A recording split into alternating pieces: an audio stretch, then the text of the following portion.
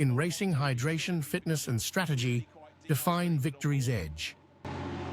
Yeah, staying hydrated is so important, you know, during any race. If you get dehydrated, you start to, you can almost start to hallucinate if you get dehydrated enough. So hydration, you know, preparation in fitness and all of that side of things is so important, even in a 50-minute race. Look, in the past 20 years or so, everybody's got the message that you might think you're a good driver, but if you're not fully fit, you're going to be performing way below your potential.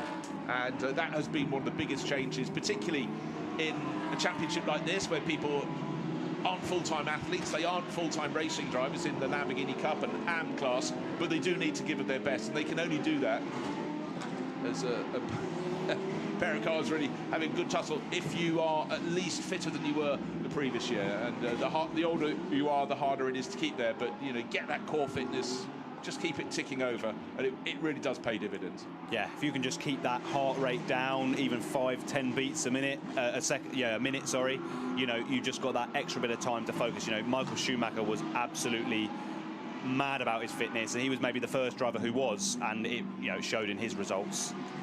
Well, in fact, interestingly to me, I talked to the great stylish British Formula One driver Tony Brooks. When he was racing Formula One in the 1950s into the 60s, he said he and Stirling Moss used to play badminton, and that was considered, you know, but he said it was really good for their nimbleness and stuff. And he said other drivers maybe spent a bit more time in the bar. It was a different thing then. It wasn't something considered, but people like him had the antennae to realise, let's do something to make it easier. Let's do something to be at my best. Right. Not everybody served their pit stop. Stefan Lemaire has not. He's leading this race. His margin 8.9 seconds. Pit window closes in just under 3 minutes, so the team's going to be having to do the maths. And he can do another lap after this one. He's just coming through turn 15 on the 16-turn circuit. There he goes, out over the curbing a little bit, and then onto the start-finish straight. So he's definitely doing this lap before coming in, because he's passed the pit in. For others, though, they may still be diving in. Adrian Lewandowski continues on his way, does he? Yes, so he's in second place. He started sixth, got up to fourth, but the car with the Belgian livery there, Gillian Group sponsorship, the Gillian himself, Rodrigue, will take it over next time around. But if another half second, even a second could be added, this will be very, very good news for the combination. Alas for them, they only got 2 points yesterday, they only came ninth, so they could be adding 50 to that. Will that be enough? Well, it really relies on car number 61 not picking up a lot of points. That's was running in third place, remember, so if it comes back and finishes third, they will be the world champions, the world finals champions in the AM class. However, we've still got over 20 minutes of racing. Yeah, you always have to wait a sort of minute or two after the pit window for it all to cycle through, and then we'll see where everyone's at and you know, who's on the move. And the other thing we have to emphasise, one of the drivers before the race, Antoine Como, I think it was, or was it Adrian Lewandowski, was pointing out those who are running solo, their pit stop has to be 3 seconds longer. So, you know, they can do everything possible, but they could lose a couple of positions. However, the opposite of that, the counterbalance, is the fact they're conversant with the state of the track, whereas a driver who's coming in just for the second half of the race isn't. They've got half an idea of how the tyres were before, but when they were properly at temperature before they came in. Of course, they'll cool down during the course of a pit stop, but they'll have more knowledge of the car for the second half of the race. So 3 seconds has been decreed the sensible extra they have to serve in the pits. Right, from the lead, Stefan Lemaire coming in, and he's going to park up in front of the CMR pit area, and then Rodrigue Gillian will hop on board. And it looks as though he's almost retiring to the pits, but that is what it looks like, a car doing 50 kph on the pit speed limiter. And obviously their garage is going to be one of the last ones towards pit exit, but of course it matters not really. So, job of the driver, get from pole into the lead of the race, tick, pull away, tick, safety car, close it up, pull away again, tick, run as far as you can before you come in and hand over, and he's done precisely that. Now, very different stature between these two drivers, so a seat insert will be applied before Rodrigue Gillian hops on board. And you, as a taller driver, Jack, you must have had drivers who needed a little bolster to put them in the right position. Yeah, in the Trofeo, I don't believe you have a movable pedal box like you do in the GT3 car, so it can be quite difficult if you have a really short teammate. The steering column's movable, so you can move the steering up and down and closer and further away. But yeah, if you have a small teammate, the car would be set for the larger of the drivers, and then the smaller driver would have a foam seat insert that is made with 2-part expanding foam. You basically pour the mixture into a bag, it gets very hot, and then once it's cured, you take the bag off and it gets taped up, and that is molded to your body. Hopefully in a lovely posture that suits you and doesn't do your back in, because that's something a lot of drivers over the years, they haven't been sitting well, and it can have an effect. Right, track limits abuse, car number 186. That's Jonathan Hirschberg. I think that's only the second 5-minute penalty. 5 minute, that'd be horrible, wouldn't it? 5-second penalty that's been applied in this race so far. 20 minutes, or just a little bit less than that.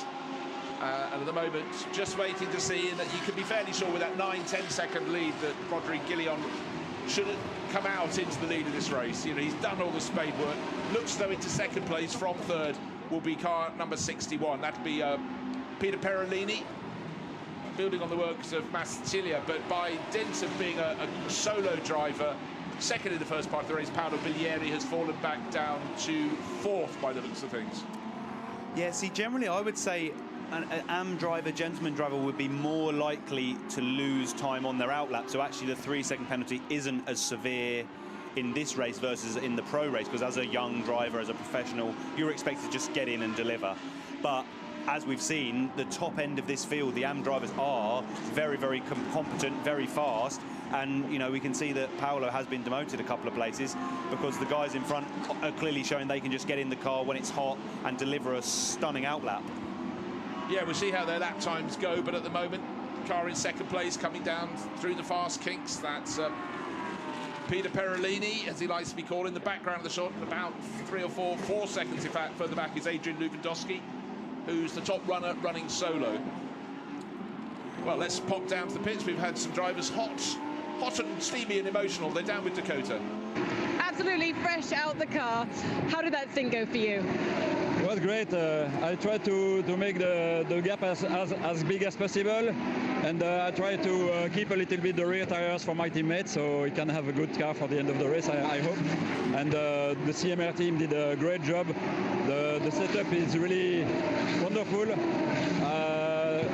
Arriving here 1 week ago, we never drove on this track with the Lambo, so we struggled a little bit to find the right setup, but no, it's really perfect, and yeah, we can go as fast as in the quali with this setup, so it's really good.